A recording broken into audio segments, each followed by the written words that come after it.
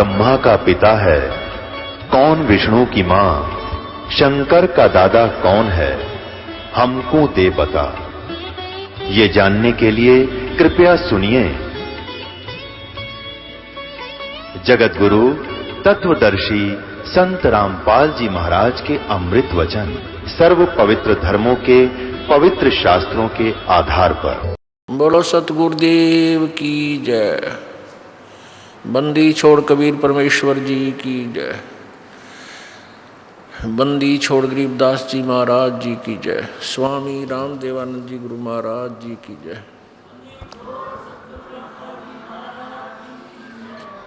सर्व संतों की जय, सर्व भक्तों की जय, धर्मी पुरुषों की जय।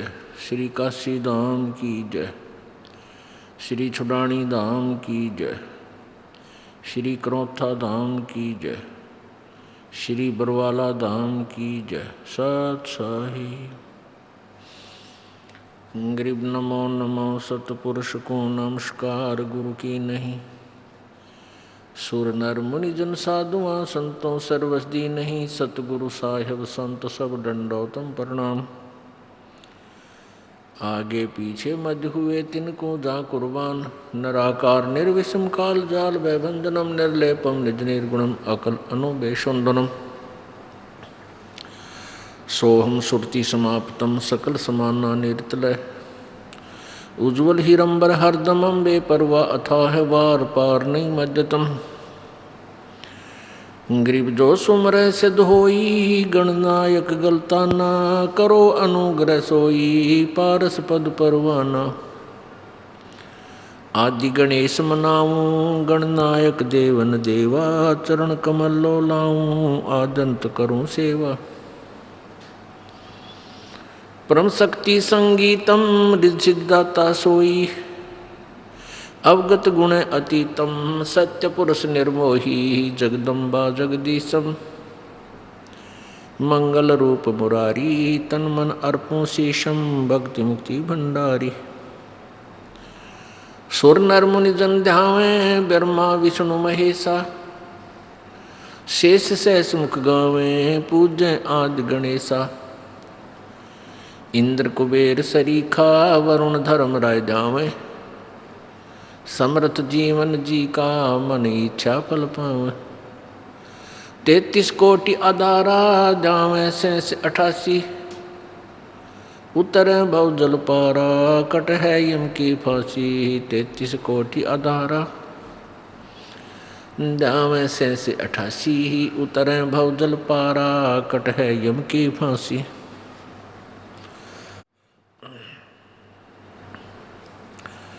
सत साहिब। कर जोरूं विनती करूं धरूं चरण पर शीसे। गुरु जी राम देवानंद जी महाराज ने दियो नाम बख्शीश। कोटि कोटि सिजदा करूं कोटि कोटि प्रणाम। चरण कमल में राखियो मैं बांधी जाम गुलाम। कुत्ता तेरे दरबार का मोतिया मेरा नाम। गले प्रेम की जेवड़ी झांखे चोवा जाऊं मैं। तो करो तो बावड़ूं दूर दूर करो तो जाऊं। जो राखो तो ही रहूं जो देवो सुख। जय इब के सतगुरु मिले सब दुख आँखों रो। चरणों ऊपर शीश धरूं कहूँ जो कहनी हो।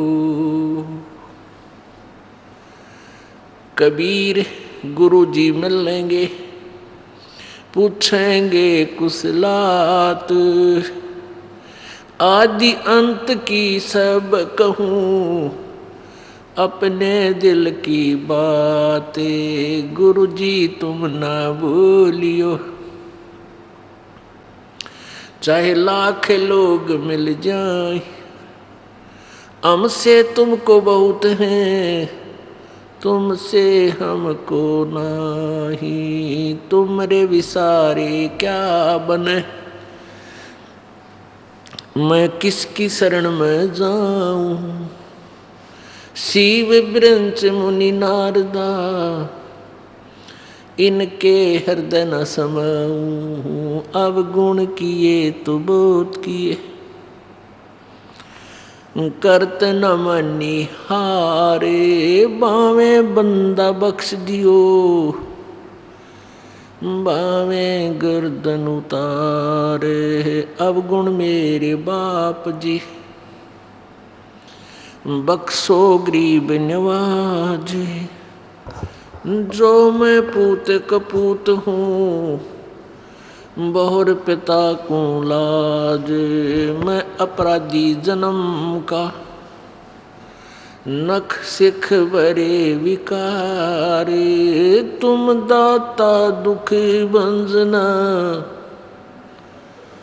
मेरी करो संभार। परमपिता परमात्मा परमेश्वर पूर्ण ब्रह्म अनंत कोटि ब्रह्मांड के रचनहार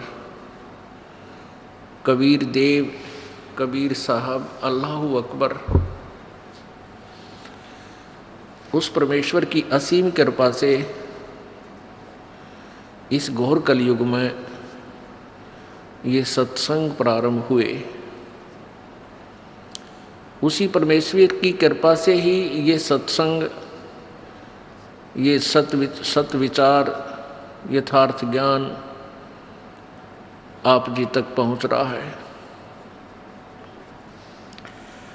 इस पूरी पृथ्वी के ऊपर, इस 21 ब्रह्मांड में कोई भी सत्संग नहीं करता। सभी के पास कुसंग है, शास्त्र विरुद्ध ज्ञान है, यथार्थ भक्ति से वो परिचित नहीं है, यथार्थ ज्ञान से भी वो लोग परिचित नहीं है। परमेश्वर की वाणी में कहा है कि भवन चतुर्दश, 3 लोक और भवन चतुर्दश कोई नहीं सत्संगी। पुण्यात्माओं, सत्संग शब्द ही हमें प्रमाणित करता है कि सत्य ज्ञान, सत्य वचन जो सब सद्ग्रंथों से मेल खाते हों, उस ज्ञान की जहाँ चर्चा होती है, उस ज्ञान का जहाँ प्रचार होता है, वो सत्संग है। और जहाँ यथार्थ ज्ञान प्रचार नहीं होता, वो सत्संग नहीं है। प्रारूप वैसा ही है, क्योंकि डुप्लीकेट और ओरिजिनल सभी मिलते जुलते ही होते हैं, लेकिन उनकी जो परख जानता है ओरिजिनल और डुप्लीकेट को, उसको बहुत अंतर नजर आता है। जैसे बूरा और नमक 2 कटोरियों में रखा हो, एक जैसे ही लगते हैं। आपको बूरा की चाह है और चम्मच भर लिया नमक का और मार लिया फांका, वो बूरा समझकर, तो आपका सारा ही टेस्ट खराब हो गया। ऐसे ही सभी सत्संग, सभी संत अच्छे लगते हैं, सिमिलर होते हैं, एक जैसे ही होते हैं, समांतर होते हैं। उनके वचन बहुत से मिलते जुलते भी होते हैं, लेकिन बूरा और नमक ही समझ लेना। उसको तो वही समझ सकता है जिसने बूरा खा रखी हो, फिर नमक का टेस्ट करे। और जहाँ देखे वहाँ नमक ही है, उसी को चाट रहे हैं, तो सभी ये सोच रहे हैं यही बूरा होगा। ऐसा नहीं है। दास ने तो ये शब्द बोला है कि 3 लोक और भवन चतुर्दश कोई नहीं सत्संगी। ये बहुत महत्व रखता है। पुण्यात्माओं, यदि इस ब्रह्मांड में, इन 21 ब्रह्मांडों में यदि यथार्थ ज्ञान होता तो परमेश्वर को यहाँ नहीं आना पड़ता। उस सर्वशक्तिमान सतलोक के वासी कबीर देव को, कबीर प्रभु को इस लोक में आने की आवश्यकता नहीं पड़ती। उस परमेश्वर को इसलिए आना पड़ता है कि इस काल के दूतों ने काल प्रेरणा से ज्ञान का अज्ञान बना रखा होता है।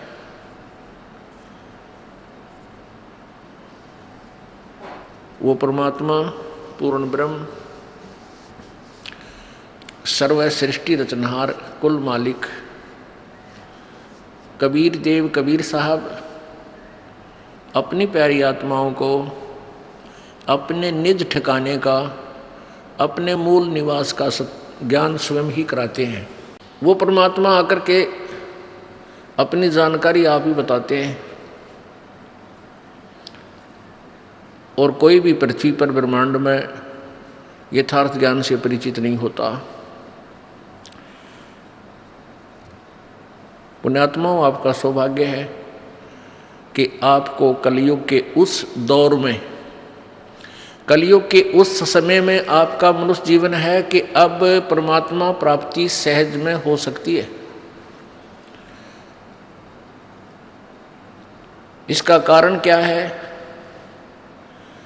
परमेश्वर कबीर जी अपने सत्यलोक से चलकर यहाँ रूपांतर करके आते हैं। इस काल को धोखा देते हैं, वो पहचान नहीं सकता कि ये पूर्ण परमात्मा है। यहाँ एक साधारण से मनुष्य का रूप धारण करके वो परमात्मा यहाँ प्रकट होते हैं। कभी अपने पुत्र सहजदास का, कभी जोगजीत का, कभी ज्ञानी का रूप बनाकर वो रह रहकर अपने बच्चों को संभालने के लिए इस काल के लोक में आते हैं। तो परमात्मा जब सर्वप्रथम रूपांतर करके अपने पुत्र सहजदास का रूप बना करके आए थे, जहाँ पर ये काल भगवान 1 लाख प्राणियों का आहार करता है, वहाँ एक तपतशिला है, एक तवा होता है, जैसे अच्छा लंबा चौड़ा तवा हो, और वो अपने आप पत्थर की टुकड़ी है, अपने आप स्वतः गर्म रहती है, बहुत तेज गर्म रहती है। और ये काल 1 लाख मानव शरीरधारी प्राणियों के सूक्ष्म शरीर को उस तपतशिला पर डालकर इनसे गंध निकालता है, इनको खूब अच्छी तरह गर्म करता है, और ये प्राणी वहाँ तड़फते हैं बुरी तरह उस तपतशिला के ऊपर। और इनके अंदर से सारे जीवन में जो इन्होंने स्थूल शरीर से जो विकार किए, कोई आहार किया, सुल्फा, तमाकू, शराब पी, वो सब अंश उस सूक्ष्म शरीर में डिपॉजिट होता है। उसको वहाँ गर्म करके जीव के सूक्ष्म शरीर से निकालता है, तड़फ जैसे बहुत बुरी तरह मेल्ट कर देता है, पिघला देता है उनके शरीरों को, बहुत बुरी तरह गर्म बहुत करता है। लेकिन जीव मरते नहीं, परेशान बहुत होते हैं, तो उनको बहुत ज़्यादा पीड़ा होती है और हाहाकार चिल्ला चिल्ला कर अचेत हो जाते हैं। और उनसे निकले हुए गंध को ये काल भगवान 21 ब्रह्मांड का स्वामी, जिसको ब्रह्म कहा जाता है, जिसको ज्योत स्वरूपी निरंजन भी कहते हैं, ये आहार करता है, उस गंध को खाता है। पुण्यात्माओं, यहाँ आप देख रहे हो, बकरा मार लिया, मुर्गा काट लिया, उसकी जान गई, तड़फ रहा है, और खाने वाला बनाकर उसको नमक मिर्च गिर के उंगलियां चाट रहा है, खुशी मना रहा है। ये सारा ही ऐसा व्यवहार है इस गंदे लोक में। अपने स्वार्थ के लिए जीव ना जाने के जुल्म कर डालता है। परमात्मा ने आकर यही बताया कि जिस लोक में तुम रह रहे हो, ये रहने का ठिकाना नहीं है, ये बहुत ही गलत और गंदा स्थान है। यहाँ कोई भी व्यवहार ठीक नहीं है किसी भी प्राणी का। आप सतलोक में रहा करते थे, उसको छोड़कर आपने बहुत बड़ी भूल की है। उस गलती का सुधार कर लो और चलो वापस अपने सत्यलोक में, जहाँ कभी मृत्यु नहीं, कोई दुख नहीं, कोई कष्ट नहीं, कोई टेंशन नहीं, कोई रोग नहीं। लेकिन हम गलत ज्ञान से इतने रंगे जा चुके हैं, हम उन दंत कथाओं से, लोकवेद से इतने ओत प्रोत हो चुके हैं कि हम इस सत्य को स्वीकार करने को तैयार नहीं होते। यदि हम इस सत्य को स्वीकार कर लें तो मोक्ष में देरी नहीं है। मोक्ष तो सबसे आसान है, उसका तरीका मिलना कठिन है। उस तरीके पर, उस विधि पर विश्वास होना ही मुश्किल है, कठिन है। कठिन इसलिए है कि हमने गलत ज्ञान गढ़ा सुन रखा है। करोड़ों संत सब उल्ट ज्ञान दे रहे हैं और सबकी धारणाएं भिन्न भिन्न हैं, सबके कथन, सबके अपना अनुभव एक दूसरे से मेल नहीं खाता। उनका ज्ञान भी दूसरों से भिन्न है, भिन्न भिन्न पंथों के, और भिन्न होते हुए भी उनका यथार्थ ज्ञान नहीं है। तो जिस कारण से आप जी उन संतों के सुने हुए ज्ञान को सत्य मानकर पूर्ण रूप से आश्रित हो चुके हो। परमेश्वर कबीर जी ने उन तपस्शिला पर जल रहे प्राणियों की दुर्दशा को देखकर वहां खड़े हुए और कहा कि हे बच्चों, तुम सतलोक के वासी हो और आप इस गंदे लोक में अपनी गलती से फंस गए। परमात्मा परमेश्वर कबीर जी जब वहां आकर खड़े हुए उस तपस्शिला के ऊपर, तो सभी प्राणियों के ऊपर जो वो दबाव था तपस्शिला का, वो अग्नि का जो प्रभाव था वो खत्म हो गया। ज्यों ही अग्नि जो आंच लग रही थी वो निष्क्रिय हुई प्रभु की कृपा से, तो सभी प्राणी एकदम बैठ गए उस तपस्शिला पर, जैसे आम स्थान पर बैठे हों। लेकिन वह टुकड़ी उसी तरह उबल रही, गर्म है, बहुत गर्म है। प्रभु की कृपा से उनको वो आंच महसूस नहीं हो रही। तब उन्होंने देखा कि सामने कोई संत खड़ा है, कोई साधु खड़ा है। पुण्यात्माओं, हम परमात्मा की प्राप्ति के लिए चलते हैं तो हम सोचते हैं कि प्रभु साधु रूप में आता है, संत रूप में आता है, और ऐसा ही होता है। परमात्मा भी कहते हैं कि ना जाने किस रूप में परमात्मा मिल जावे। तो परमात्मा वहाँ खड़े सामने नजर आ रहे थे। उन्होंने प्रार्थना की कि हे प्रभु, हम यहाँ किस कर्म के दंड को भोग रहे हैं। तब परमेश्वर ने कहा, कबीर जी ने कहा, जो सहजदास रूप में वहाँ विद्यमान थे, कि बच्चों, तुमने सतलोक में एक गलती की थी। उस परमेश्वर ने वहाँ सृष्टि रचना सुनाई।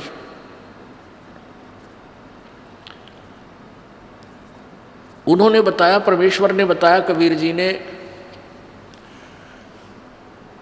कि तुम सतलोक में रहा करते थे, सभी वहाँ कोई कष्ट नहीं था तुम्हारे को, ना मृत्यु थी, ना ये तपस्शिला का कष्ट था, ना कोई रोग था, ना कोई कोढ़ था, किसी चीज का अभाव नहीं था आप जी को। तुम अपनी गलती से यहाँ काल के जाल में फंस गए।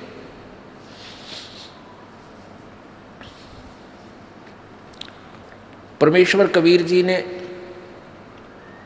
सृष्टि रचना सुनाई। वो सृष्टि रचना ये दास आपको सुनाएगा। परमेश्वर द्वारा दिया हुआ ज्ञान इस दास के वचनों में। सर्वप्रथम केवल एक ही लोक था, जिसको अकय लोक बोलते हैं, अनामी लोक कहते हैं। उसमें परमेश्वर कबीर जी अकेले थे। उसके बाद उस परमेश्वर ने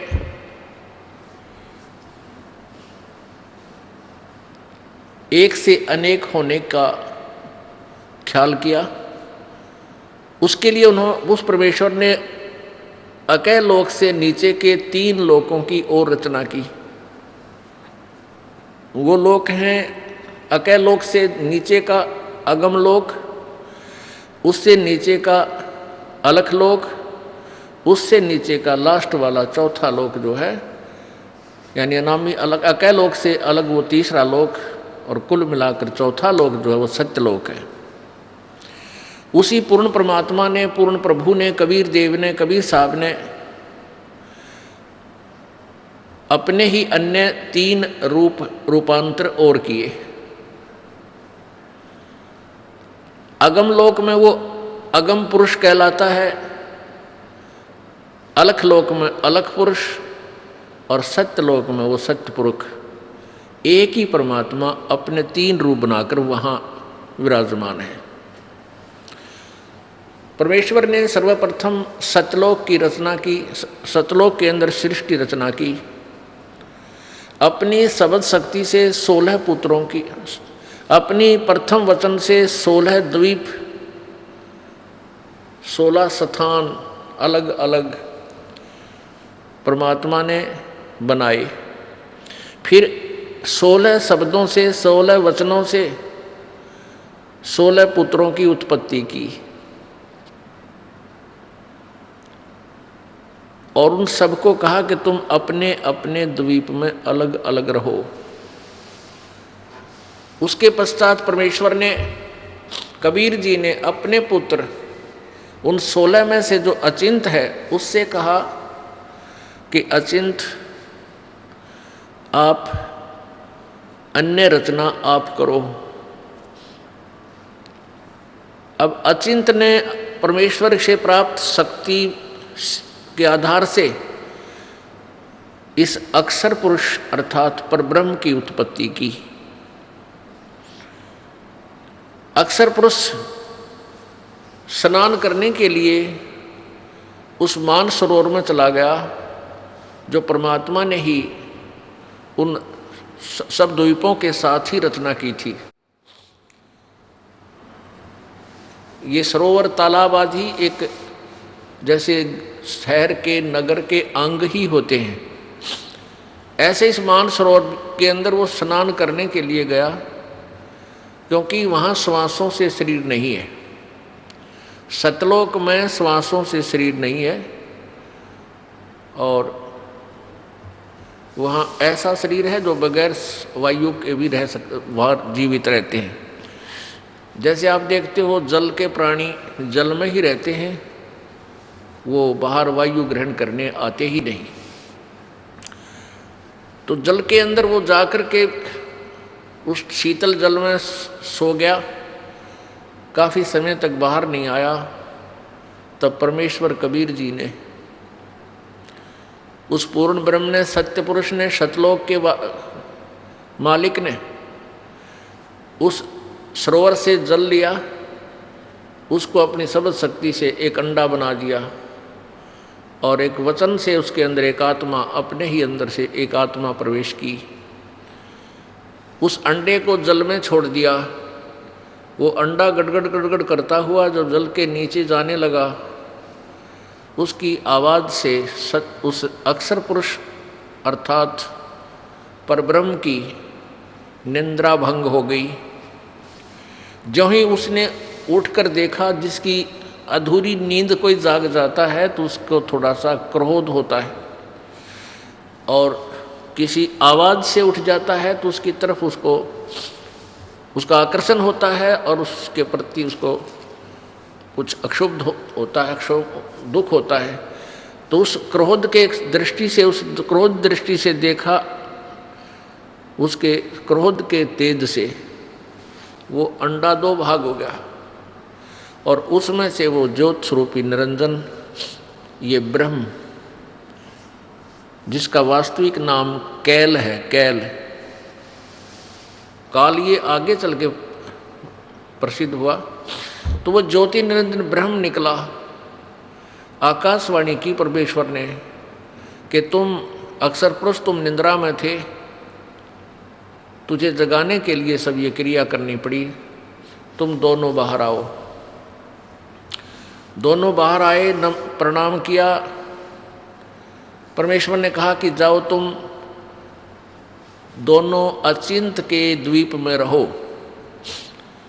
आदेश पाकर के दोनों वहाँ चले गए अचिंत के द्वीप में। उसके बाद परमात्मा ने कहा कि अचिंत,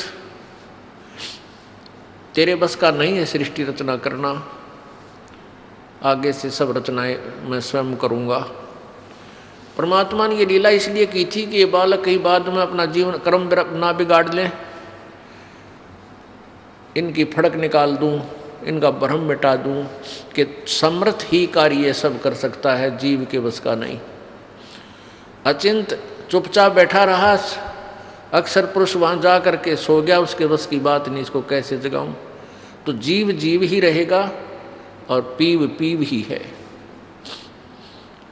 परमात्मा परमात्मा ही होता है। इसलिए परमेश्वर ने कहा कि अब तुम बीच में टांग मत अड़ाना, तुम्हारे बस का नहीं है कुछ भी, मैं स्वयं ही सब करूँगा।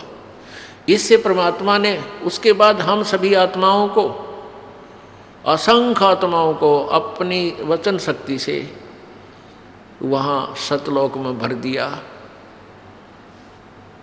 हम सभी वहाँ आनंद से रहने लगे। वहाँ कोई दुख नहीं था, कोई कष्ट नहीं था, किसी चीज़ का अभाव नहीं था। सब भंडारे भरे रहते हैं, काजू किस्मत सेब संतरे वहाँ के जो फल हैं, मेवा है, वो सदाबहार बाग हैं। अमृत आहार है, अमृत ही वहाँ का जल है। और कोई काम नहीं, ये नाड़ी वाला शरीर नहीं, शुक्रम अकायम असनाविरम।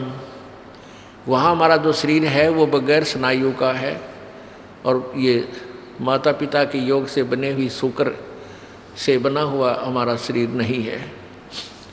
तो वहाँ कोई रोग नहीं, कोई बीपी हाई ना, कभी लो नहीं, किसी प्रकार का कोई शुगर नहीं, ना वहाँ कैंसर, ना फेफड़े खराब हो, ना गुर्दे खराब हो, कोई भी कष्ट नहीं, किसी चीज़ का अभाव नहीं, कोई काम नहीं, सुंदर आहार, सदाबहार बाग, हर चीज़ वहाँ उपलब्ध रहती है। चार मुक्ति जहाँ चंपी करती माया होरी दासी, दास गरीब अभय पद पर से वहाँ मिले राम अविनाशी। वहाँ जहाँ जैसे यहाँ की चौथी मुक्ति ब्रह्मलोक में जाना होता है, वहाँ पर अपने पुण्यों के आधार से कुछ दिन स्वर्ग के अंदर वो सुविधाएँ जो प्राप्त हैं, जैसे होटल में जाके अपनी ही पूंजी से ये प्राणी सुविधाएं प्राप्त करता है, और पूंजी समाप्त होने के बाद फिर अपने कर्म क्षेत्र में आ जाता है जहाँ वो काम करता है। इसी प्रकार स्वर्ग महास्वर्ग चौथी मुक्ति जो प्राप्त करते हैं यहाँ की साधना से, वो ऐसा समझो जैसा शिमला के अंदर कोई सेठ साहूकार व्यक्ति, धनी व्यक्ति गर्मियों के दिनों में 2 महीना विश्राम करावे, अपने 20-30 हज़ार रुपये ले जावे और सब अपनी जेब से खाओ पियो मस्ती मारे, बर्बाद करके वापस अपनी फिर दुकान पा बैठे, फिर कर्म करे, फिर पैसे बचावे, अगली गर्मियों में फिर 2 महीने घूमे आवे। ऐसा यहाँ की स्वर्ग महास्वर्ग अर्थात ब्रह्मलोक तक की उपलब्धि है, प्राप्ति है, का फल है। तो परमात्मा कहते हैं सतलोक के अंदर वहाँ पर ये चारों मुक्ति सदा पड़ी रहे, कभी समाप्त नहीं हो। जो सुख यहाँ की चौथी मुक्ति प्राप्त प्राणी को है, वहाँ आपका कभी समाप्त नहीं होगा, वो आपके चरणों में इतना सुख सदा रहेगा और सदा था।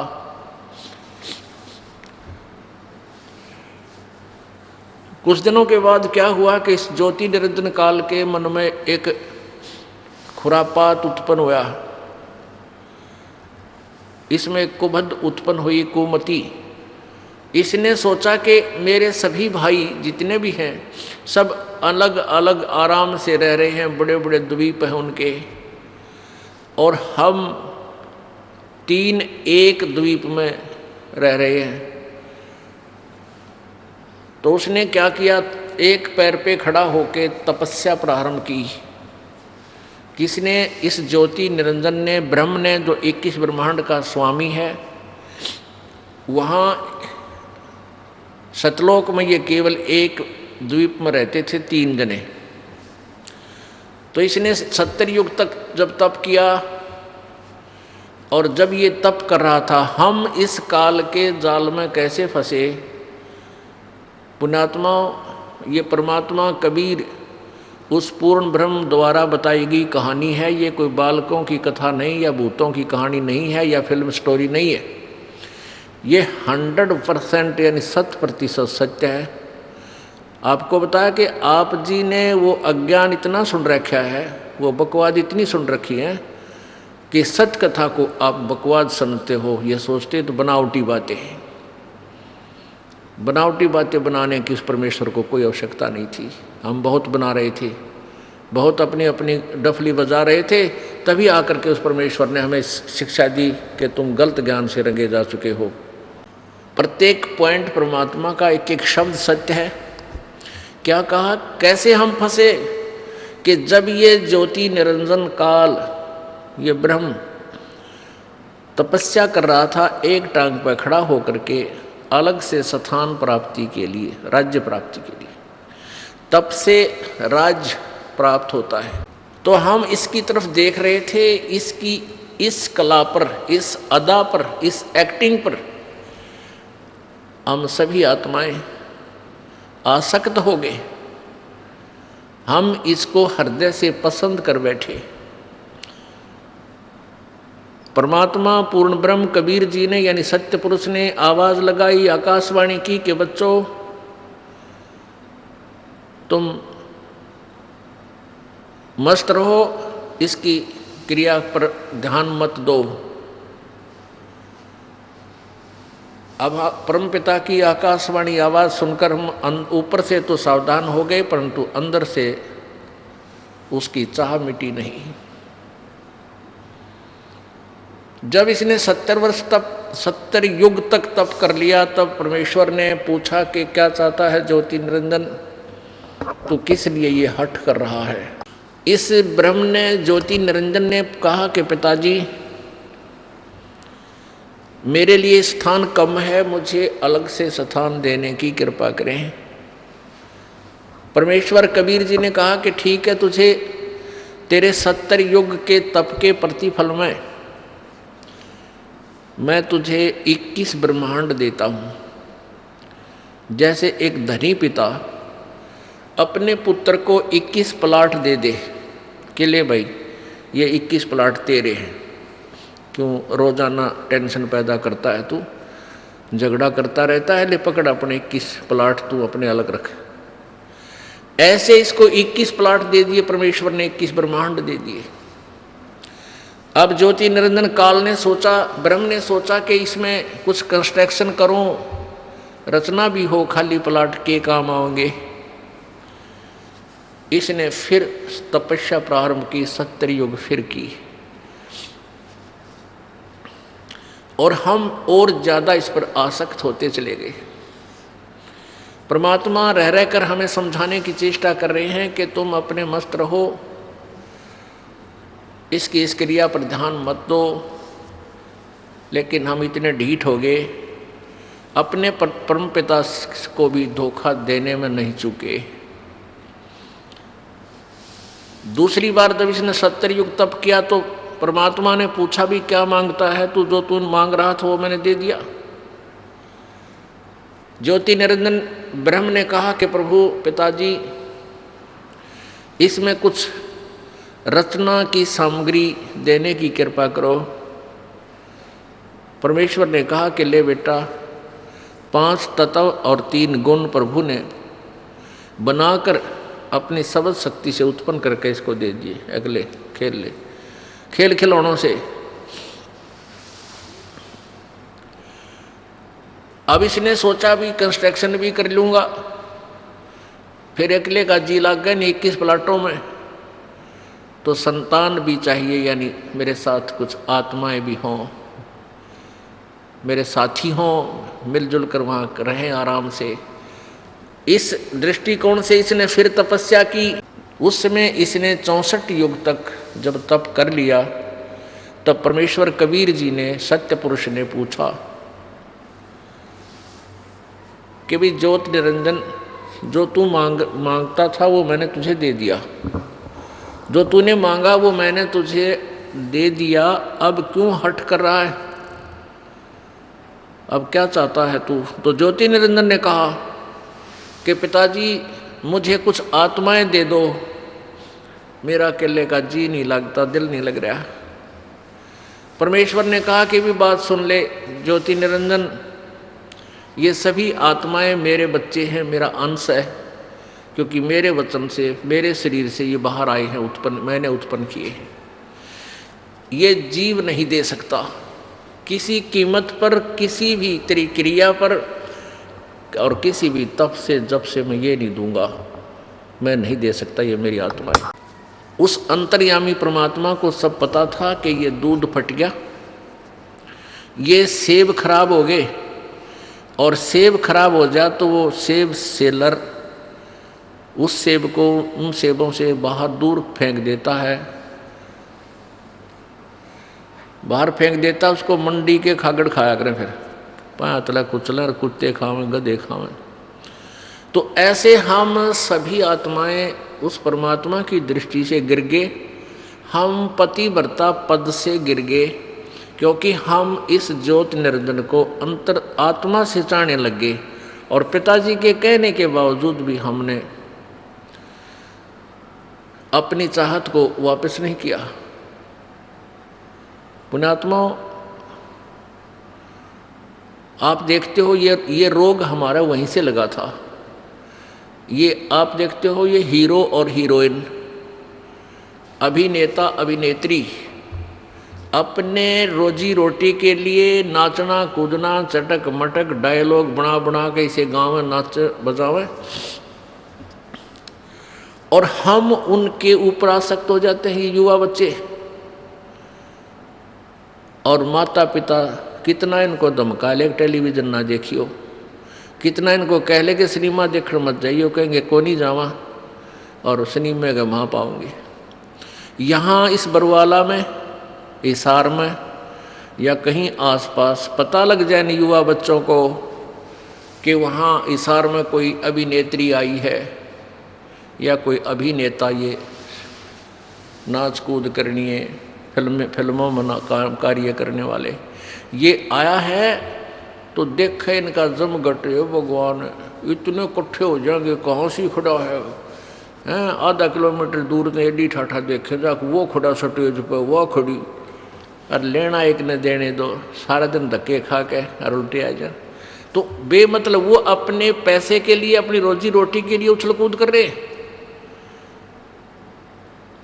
और हम फ्री में उनके लिए वहाँ धक्के खाते आन रहे। तो ये रोग हमारे वहाँ लगा था। तो हम अपने उस मूल मालिक ने, उस परम पिता पर आसक्त रहे नहीं, जो सारे सुख देता, कोई रोग नहीं, कोई दुख नहीं, कोई किसी की मृत्यु नहीं, किसी का बेटा मरे नहीं, किसी की बेटी मरे नहीं, और उसको छुबोल कर हम इस पे ज्योति निरंजन की इस कला पर एक पैर पर खड़ा होकर तप कर रहा। ओह देख रहे हो, देख, आप यहाँ देख लियो, इस बरवाला में कोई या शहर आसपास की तरह को बाबा जी, ये नकली हठ योगी, शास्त्र विरुद्ध साधक, नो पता लग जाना वह बाबा जी खड़ा तप है भाई, और 5 दिन हो गए, 10 दिन हो गए, कोई फिर महीना हो जा, तो सारा बरवाला देखने जा, सारे उस पर चढ़ा का, और भाई पैर सूझ रहे हैं, मोटे मोटे पैर हो गए, और क्या होंगे उस गधे के, खड़ा रहेगा तो पैर सूझेंगे। परमात्मा ने भक्ति करने का तरीका बताया है वेदों में, गीता जी में, बिल्कुल आसान मार्ग है, सहज मार्ग है, वो तो किया नहीं। तो उस पर आसक्त हो जाए, किसी को कह दे भाई बैठ कर भजन कर ले, यू नाम है, ये मंत्र हम जो आपको बताते सबसे आसान, यू ना बने, और न्यू के उठा पेट पलनिया जाऊँगा और कावड़ लाऊंगा, फुदड़ फुदड़ पैदल जाकर, पैदल कितना डले डुवाले डोलेगा, पर बैठ कर मंत्र 2 माला करते हैं, अंगड़ाई टूटने लग जाए, चल लगे तो घूम का वहाँ। अब घूमा पर घूमना पर हो गया अपने पाछे, फिर कौन बैठने देगा। तो कहने का भाव ये कि हमारा यह बीमारी वहाँ से लगी हुई है, अब इसको हमने दोबारा सेट करना है। अब ये ज्ञान से सेटिंग होएगी, ये जो कथा आपको दास बता रहा है, ये परमात्मा की बताई हुई है, किसी बालक का ज्ञान नहीं है। इसको आपने हृदय में लिख लेना है और तब इस ज्ञान को, अध्यात्म ज्ञान को आप समझ पाओगे, नहीं तो ऐसे ही भ्रमित रहेंगे। क्योंकि सृष्टि रचना के बिना कोई भी सिर पैर किसी शास्त्र का आप समझ नहीं सकते। ये मास्टर की है, ये मुख्य चाबी है उस सदग्रंथों को समझने की और आध्यात्मिक ज्ञान को जानने की।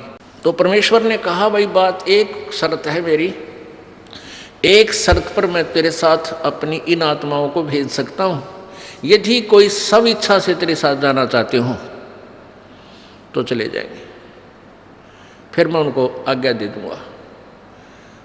ज्योति निरंजन ये ब्रह्म हमारे पास आया। सभी आत्मा जो आज गधा, कुत्ता, सुअर, मच्छर, माखी, गंदी लाड़ी के कीड़े हैं, जल के कीड़े जलचर बने हुए हैं, या ब्रह्मा विष्णु महेश बने हुए हैं, या दुर्गा बनी है, माताएं बनी हैं, जितनी देवियां बनी हैं, देवता बने हैं, ये सभी हम वहाँ सतलोक में रहा करते हैं। ये ज्योति निरंजन हमारे पास आया। ओए होए, हम तो पहले चाह रहे थे इसको जैसे यहाँ कोई आ जाए हीरो, और फिर देखे ना बालक पता लगते तो उनसे पता लगा, रोटी छोड़ के भाग लेंगे, हीरो आ गया, हीरो आ रहा, हीरो आ रहा है, वहाँ जा खड़े होंगे। तो ऐसे हम सभी उसके चारों तरफ घूम गए, झूम गए। उसने कहा कि भाई ऐसा है, मैंने पिताजी से 21 ब्रह्मांड लिए हैं और उसमें रचना करने की सामग्री भी ली है, आप मेरे साथ चलोगे? वहाँ से बनाऊंगा, स्वर्ग बनाऊंगा, महास्वर्ग बनावाएंगे, हैं, वहाँ से ऐसे लगाएंगे, मेवा लगाएंगे, ऐसे करेंगे। तो हमने कहा कि हम तैयार हैं, यदि पिताजी आज्ञा दे दें तो हम आपके साथ चल पड़ेंगे। ज्योति निरंजन ने परमपिता से जाकर कहा कि पिताजी, कुछ आत्माएं सब इच्छा से मेरे साथ जाने के लिए एग्री हैं, सहमत हैं। परमेश्वर ने कहा कि मेरे सामने उनसे स्वीकृति दिला तब मैं मानूं। परमेश्वर कबीर देव, सतपुरुष कबीर देव, कबीर साहब वहाँ आए और हम सबसे कहा कि भाई जो आत्मा इस ज्योति निरंजन के साथ जाना चाहता है वो हाथ खड़ा करके स्वीकृति दे। अब पिताजी के सामने जो रोज ये कहा करता कि इसकी तरफ मत देखो, हम सभी शर्मिंदा हो गए और नीची गर्दन कर ली, कोई नहीं बोला, सन्नाटा छा गया। परमेश्वर ने फिर कहा कि भाई बोलते क्यों नहीं तुम? ये ज्योति निरंजन तो कह रहा था कि कुछ आत्माएं मेरे साथ चलने को तैयार हैं, बताओ कौन है?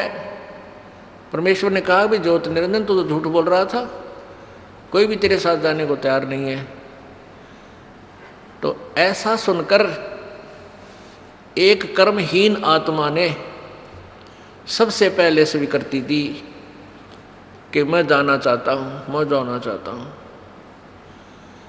अब फिर हमने सोचा कि सारी लूट ये अकेला लूट जा, वो आत्मा अकेली ही लूट जा, तो फिर हमने भी सारा, जैसे बच्चे क्लास में नहीं होते, अध्यापक पूछता है भाई जिसका प्रश्न याद है वो हाथ खड़ा करे, पहले डरता डरता एक आधा कराया करे, फिर उसको देखते सारे कर दे कदे हमारे पिटाई हो जा।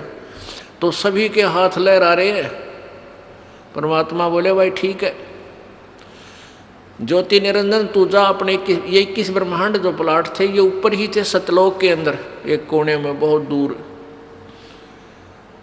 परमेश्वर ने कहा कि तू जा अपने उन प्लाटों में, इन सभी आत्माओं ने जो तेरे साथ जाने की स्वीकृति दी है ये मेरे कंप्यूटर में आ गई, इनकी सब के नंबर, इनको मैं अपने हिसाब से भेजूंगा और तेरे पास ये आ जाएंगे। ज्योति निरंजन चला गया। उस समय परमेश्वर कबीर जी ने उस आत्मा का जिसने सबसे पहले हिम्मत की थी अपने परम पिता से विमुख होने की, उसका एक लड़की रूप बना दिया, एक लड़की का रूप बना दिया, लेकिन उसको स्त्री इंद्री नहीं लगाई परमात्मा ने, बाकी स्वरूप लड़की का बनाया। इसमें भी कोई राज था दाता का। ये देखना चाहते थे कि ये नीच आत्मा, ये निरंजन कितना और गिरावट में आता है, और हम सभी आत्माओं को सूक्ष्म रूप बनाया, बीज रूप, और दुर्गा के शरीर में अपने वचन शक्ति से प्रवेश कर दिया। जैसे आप देखते हो कि डॉक्टर बताते हैं कि 1 मिलीग्राम ब्लड में अरबों खरबों जीवाणु होते हैं और उस ब्लड को निकाल कर वो दूसरे में डाल देते हैं। अरबों खरबों जीवाणु एक से दूसरे में चले जाते हैं। ऐसे परमेश्वर ने अपने वचन शक्ति से, यानी उस सिरंज से, इंजेक्शन से, वचन इंजेक्शन से सभी को सूक्ष्म रूप दे करके और उस दुर्गा के शरीर में प्रवेश कर दिया। उस लड़की का नाम प्रकृति देवी रखा। प्रकृति आगे चल के यही दुर्गा, अष्टांगी आदि नामों से प्रसिद्ध हुई। त्रिदेव जननी यही प्रसिद्ध हुई। सभी आत्माओं को उसमें प्रवेश कर दिया। उस लड़की से कहा कि बेटी, तेरे अंदर मैंने सभी आत्माओं को प्रवेश कर दिया है और तेरे को मैं एक वचन शक्ति देता हूं कि जितने जीव तू कहेगी उतने ही तेरे वचन से, तेरे अंदर से अपने आप मेरी ताकत से, मेरी पावर से, मेरी शक्ति से बाहर आ जाएंगे और वो युवा शरीर में प्रकट हो जाएंगे। नर और मादा जितने भी तू चाहेगी बना देगी। और अपने पुत्र सहजदास से कहा कि जा सहजदास, अपनी बहन को, वो सहजदास कौन है? जो सबसे पहले 16 पुत्र उत्पन्न किए थे, उनमें से एक है सहजदास। कि जा इस लड़की को, अपनी बहन को ज्योत निरंजन के पास छोड़या। अब सहजदास अपने परम पिता की आज्ञा पाकर अपनी बहन दुर्गा को लेकर के ज्योत निरंजन के पास गया। प्रभु आदेश से उसे कह दिया और आदेश दिया था प्रभु ने जोगजीत को कि सहजदास को कि बता देना उसको कि इस लड़की के अंदर मैंने सब आत्माएं प्रवेश कर दी हैं और इस लड़की को शब्द शक्ति दे दी है, जितने जीव तू कहेगा ये उत्पन्न कर देगी। सहजदास ने जाकर के ज्योत निरंजन से कहा कि परमेश्वर ने, पिताजी ने सभी जीवात्मा जो तेरे साथ आना चाहती थी सबको सूक्ष्म रूप दे करके बीज रूप में और इस लड़की में प्रवेश कर दिया है और इसको शब्द शक्ति दे दी है कि जितने जीव ये तू चाहेगा ये उसी से मैं उत्पन्न कर देगी, नर और मादा। ऐसा कहकर के जो सहजदास वापस आ गया, वहाँ दुर्गा यानी ये प्रकृति और वो काल ज्योत निरंजन दोनों रह गए। अब युवती होने के कारण लड़की का रंग रूप निखरा हुआ था और ज्योति निरंजन के अंदर ये काम वासना का अंकुर फूट गया। उस युवा लड़की को देखकर इसके अंदर दुर्विचार उत्पन्न हुए। लड़की के साथ दुर्व्यवहार करने की चेष्टा की, उसके साथ बदतमीजियां प्रारंभ की। दुर्गा समझ गई कि इसकी नीयत में दोष आ चुका है। प्रकृति देवी ने कहा कि ज्योत निरंजन मेरी एक अर्ज सुन ले, तू ये पाप मत कर। तू मेरा बड़ा भाई है, मैं तेरी छोटी बहन हूँ। तू पहले परमात्मा ने अंडे से उत्पन्न किया, उसके बाद हमारी उत्पत्ति की और बहन भाई का ये नाता, ये दुराचार महाघोर पाप होता है, ऐसा जुल्म मत कर। अब ज्योत निरंजन ने एक नहीं सुनी उस देवी की, हर संभव याचना भी उसने कैंसिल कर दी, रिजेक्ट कर दी। तब दुर्गा ने सोचा कि अब तेरी इज्जत के बचाव का कोई विकल्प नहीं बचा। तब उसने अपना सूक्ष्म रूप बनाया और जो ही उसने बकवादों के लिए मुंह खोल रखा था, अभद्र तरीके थे, उसके मुख के माध्यम से और पेट में पहुंच गई। वहाँ से प्रार्थना की, हे पिताजी, हे सत्य पुरुष, मेरे साथ ऐसे ऐसे इस ज्योत निरंजन ने बदतमीजियाँ की, मेरे साथ ये दुष्कर्म करना चाहता था, मैंने इसके पेट में शरण ली, मेरी रक्षा करो। तब परमात्मा मालिक को मालूम था कि न के टिड्डे देगा यो, आज तक प्रसन्न हो गए इसके साथ जाने के लिए, बैठ लिए इसकी रेल में, आगे देखो क्या जुल्म करेगा इनके साथ, पता था परमेश्वर को। तो परमात्मा पूर्ण ब्रह्म स्वयं ही अपने पुत्र जोगजीत का रूप धारण करके और वहाँ प्रकट हो गए इस काल के लोकों में, ये ऊपर ही थे सतलोक में। वहाँ जाकर कहा कि ज्योत निरंजन सुन ले आदेश परमपिता का। परमपिता बोल ही रहे थे, आज से तेरा नाम काल होगा, 1,00,000 मानव शरीरधारी प्राणियों का तो नित सूक्ष्म शरीर से का तो नित आहार करेगा, 1,00,000 मानव शरीरधारी प्राणियों से निकले उस गंध को तू नित खाया करेगा, और 1,25,000 उत्पन्न करेगा, और आज से तुम्हें यहाँ से निष्कासित किया जाता है, चले जाइयो यहाँ से तुम दोनों के दोनों। अब दुर्गा ने जुल्म किया, सबसे पहले ये स्वीकृति दी, अपने परमपिता से नाता तोड़ा, इस दुष्ट के साथ जोड़ा, तो हम अपने परमपिता के हृदय से गिर गए, हम पतिव्रता पद से गिर गए, हम व्यभिचारी बन गए। तो परमात्मा ने 21 ब्रह्मांड समेत 21 ब्रह्मांड सहित दुर्गा और काल सहित उन सबको वहाँ से निष्कासित कर दिया। इसका वहाँ से विमान चला, 21 ब्रह्मांड ऐसे चल पड़े जैसे विमान चलता है मालिक का आदेश पाते ही, और सतलोक से 16 शंख कोश की दूरी पर 16 शंख कोश की दूरी पर आकर के ये ब्रह्मांड यहाँ से फिर इन्होंने परिक्रमा शुरू करती। अब यहाँ चक्कर काट रहे हैं 16 शंख कोश की दूरी पर, नील पद्म शंख। अब गणित की रीति से इसको ऐसे जान सकते हैं जैसे 1000, 10,000, लाख, 10 लाख, करोड़, 10 करोड़, अरब, 10 अरब, खरब, 10 खरब, फिर नील, 10 नील, पद्म, 10 पद्म, फिर शंख, यानी 16 शंख कोश की दूरी पर। एक कोश में लगभग 3 किलोमीटर होते हैं। 48 शंख किलोमीटर दूर आ गए। पुण्यात्माओं, अब इस काल ने सोचा कि मुझे जो सजा मिलनी थी वह मिल गई, अब मैं मनमानी करूंगा।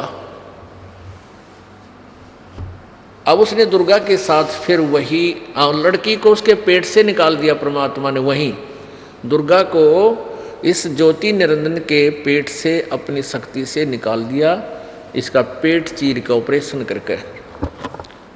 वचन से ऑपरेशन हो जाता है परमात्मा का, वचन से ही सारे ब्रह्मांड बन जाते हैं।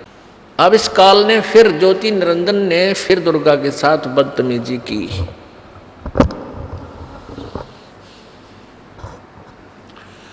इसने फिर बदतमीजी प्रारंभ की। दुर्गा ने फिर प्रार्थना की कि ज्योति निरंजन, पहले तो तू मेरा बड़ा भाई, मैं छोटी बहन हुई तेरी, और फिर मैं तेरे पेट से बाहर आई हूँ, तेरी बेटी होगी, कम से कम किसी एक नाते की तो शर्म कर। इसने एक नहीं मानी और अपने नाखूनों से, अपने पावर से लड़की का प्रजनन इंद्री बनाई और उसके साथ फिर जबरदस्ती शादी की। उससे ये 3 पुत्र उत्पन्न किए, रजगुण ब्रह्मा, सतगुण विष्णु, तमगुण शिव जी। तीनों को एक एक गुण युक्त कर दिया। पुण्यात्माओं, ये कथा है जो परमेश्वर कबीर जी ने बताई। अब इस कथा को यदि हम एज इट इज छोड़ दें, जो कि तो छोड़ दें तो कोई नहीं माने, और सब ये कहें ये तो दंत कथा है, बनावटी बातें हैं, ये कि कदे सुनी नहीं, आज तक किसी ने बताई नहीं, कहाँ प्रमाण है, हमें दिखाओ। तो ये दास आपको ढेर सारे प्रमाण दिखाएगा और उन्हीं सदग्रंथों में दिखाएगा जिसको आप श्रोधार्य मानते हो, एथेंटिक मानते हो, वास्तविक मानते हो, उनमें से कौन कौन से हैं? पवित्र गीता जी, पवित्र चारों वेद, पवित्र 18 पुराण, इनके अंदर, और 5वां वेद जो आपको सुना रहा है ये दास, सूक्ष्म वेद ये दास आपको सुना रहा है, जो परमेश्वर ने, कबीर जी ने आके बताया।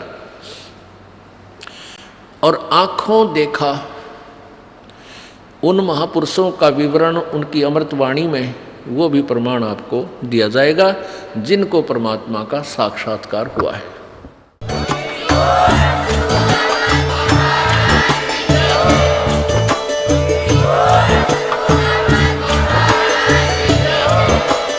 आप सुन रहे थे जगत गुरु तत्वदर्शी संत रामपाल जी महाराज जी के मंगल प्रवचन। अधिक जानकारी के लिए विजिट कीजिए हमारी वेबसाइट www.jagatgururampalji.org। संत रामपाल जी महाराज जी के शुभ आशीर्वाद से पूरे विश्व भर में 500 से भी ज्यादा नाम दीक्षा केंद्र हैं, जिन पर संत रामपाल जी महाराज जी द्वारा ऑनलाइन निशुल्क नाम दीक्षा दी जा रही है। अपने नजदीकी नाम दीक्षा केंद्र का पता करने के लिए संपर्क करें 8222880541।